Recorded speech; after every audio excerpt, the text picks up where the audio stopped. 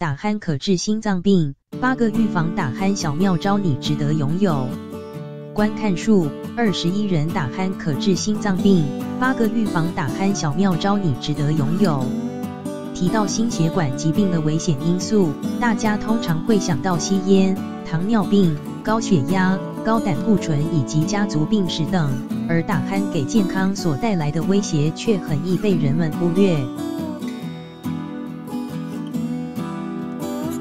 越来越多临床研究开始关注睡眠呼吸暂停或睡眠呼吸紊乱，这是因为此种病症与心脏病、中风以及其他心血管疾病有着极为密切的联系。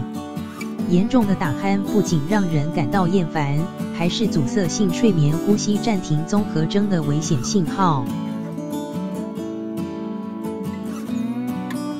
患者将在入睡后短暂地停止呼吸，从而引发心力衰竭和中风等。打鼾者的气道通常比正常人狭窄，白天时咽喉部肌肉代偿性收缩使气道保持开放，不发生堵塞。但夜间睡眠时神经兴奋性下降，肌肉松弛，咽部组织堵塞，使上气道塌陷。当气流通过狭窄部位时，产生涡流并引起震动，从而出现鼾声。严重时呼吸可以暂时停止，影响打鼾者的健康。大脑中可激发呼吸的化学物质会在打鼾时停止作用。当缺乏这种激励物质时，人们通常会停止呼吸。而当呼吸暂时停止时，人们体内的含氧量将急剧下降，荷尔蒙和肾上腺素将随之猛增，可以导致高血压、心律不齐，甚至心脏病发等。打鼾有如此大的危害，发现打鼾怎么办呢？打鼾的朋友最好到医院行睡眠监测，了解其严重程度，必要时可以采用手术治疗或者无创呼吸机辅助治疗。此外，对于打鼾的患者，日常生活中的防范也非常重要。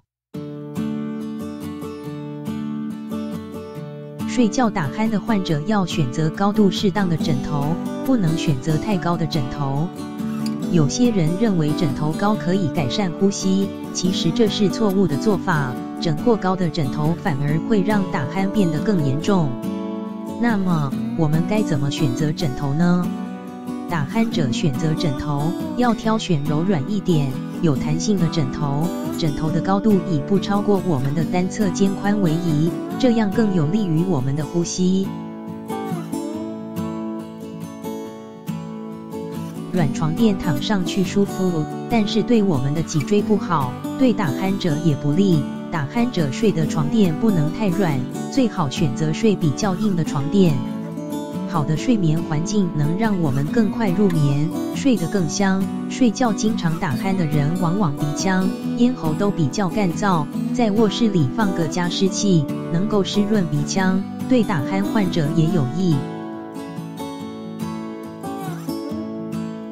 很多打鼾者习惯在睡前喝酒，冬天睡前喝点酒可以暖身，但是睡前喝酒会导致血压升高、血糖升高，也会导致我们的呼吸道变狭窄。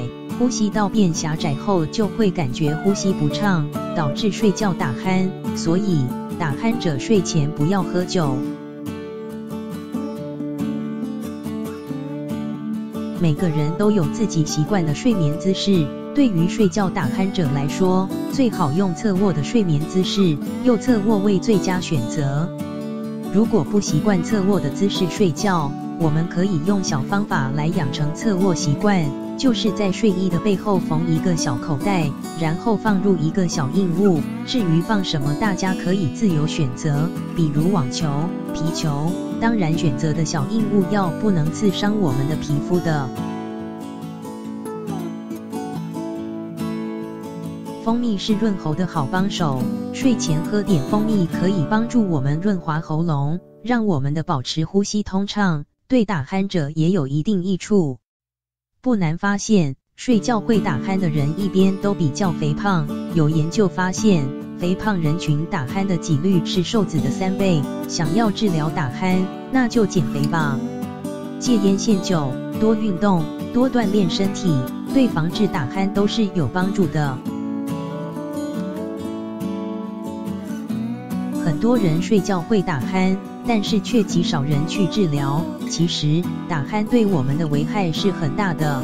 长期睡觉打鼾会紊乱我们的内激素分泌，损害人体组织器官，严重的会引起大脑缺氧、血液缺氧，引起心绞痛、心肌梗死、冠心病、高血压等基本问题。所以，睡觉打鼾一定要及时治疗，不能觉得睡觉打鼾是件小事。